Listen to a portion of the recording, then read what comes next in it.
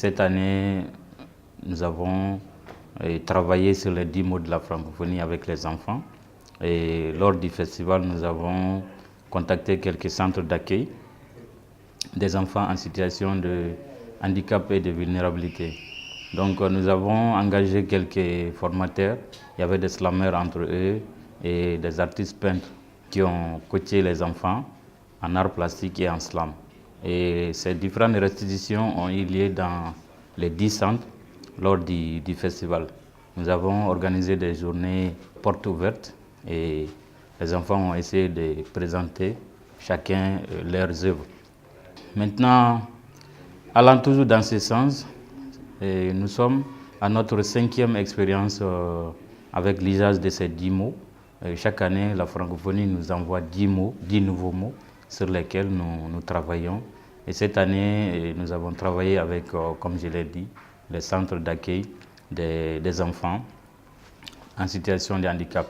Et le plus souvent, ces mots sont nouveaux et on fait tout pour que le français s'épanouisse, que les gens prennent connaissance des nouveaux mots chaque année que la francophonie donne pour faire véhiculer les messages à travers cela. Et nous participons aussi au forum, n'est-ce pas, de la francophonie.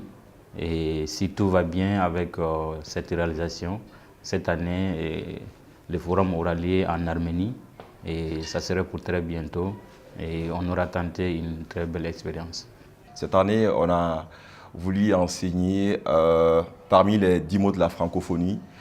J'ai choisi un mot qui est la voix.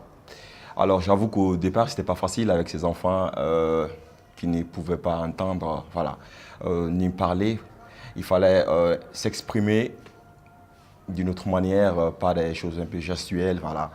Donc c'était pas aussi facile que ça. On s'est débrouillé, comme disait mon grand-père, le début de toute chose est noir, et voilà. On a essayé de faire les choses comme ça, et maintenant je crois qu'on sait bien tout comme ça. L'impact, d'abord, c'est, moi je dirais, c'est quoi? C'est des enfants qui n'étaient pas au courant d'une chose. On a essayé de les expliquer à notre manière ce que c'était au fait, les 10 mots de la francophonie, avec toujours dans le même cadre, avec des gestes, voilà, en bougeant par-ci par-là. C'est comme ça qu'on a essayé de faire pour s'en sortir. Et je crois que le message a été bien véhiculé. Déjà, ça a été bien véhiculé. Ils se sont bien défendus sur les toiles. Après, je crois que c'est des choses qui montrent que ça a bien donné. J'ai eu à sélectionner que 3 mots parmi les 10 mots, quoi, je dirais, parce que ce n'est pas facile de travailler avec des enfants à l'état normal, à plus forte raison des enfants à l'état anormal. Donc il faut essayer de leur comprendre ce qui est bien pour eux, ce qui peut aller avec leur état d'esprit et le mettre en exercice. Et c'est suite à ça on a eu à prendre des mots qui sont déjà en rapport avec la culture du Mali, et je dirais, qui est des mots qui, voilà, qui ne sont pas compliqués. Mais on a eu à prendre ces mots pour les aider, pour les appuyer.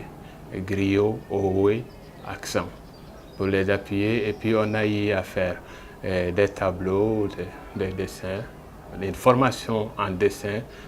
Et ensuite on a eu à faire des ateliers de peinture. Après ça, on a présenté des toiles avec ces enfants. Au début, ces ateliers, ça n'a pas été facile. Puis ces enfants, ils ont besoin d'attention. Ils ont besoin de plus de convivialité. Et rien que rentrer par la porte de ces centres-là, tu sens que ces enfants ont beaucoup besoin d'attention. Quand tu viens de la porte, les enfants viennent, ils courent pour t'accueillir. Et pour moi, c'est un véritable plaisir de travailler avec ces enfants, qui sont les nôtres d'ailleurs. Les difficultés, comme je viens de le dire, ce n'est pas des enfants normaux. Forcément, il y aura des difficultés. Puis il y a de ces enfants, même pour parler, c'est un problème. Il faut les apprendre d'abord les bases. Comment parler, écrire, n'en parlons pas. Il y a des enfants même qui ont du mal même à tenir un bic. Tout ça, ça fait partie des difficultés du centre. Pour moi, franchement, je ne m'attendais pas à ces résultats satisfaisants. Pensez qu'à ce que j'ai toujours dit, le temps ne nous a pas suffi. Pensez qu'en 2 mois, on a pu produire quelque chose des spectaculaires, des bien amusants. Je peux dire que c'est une première expérience pour moi de travailler avec ces enfants-là. Et ça m'a donné espoir encore de multiplier d'efforts pour ces enfants. Tous inclus par l'art, l'art est un vrai moteur d'inclusion sociale.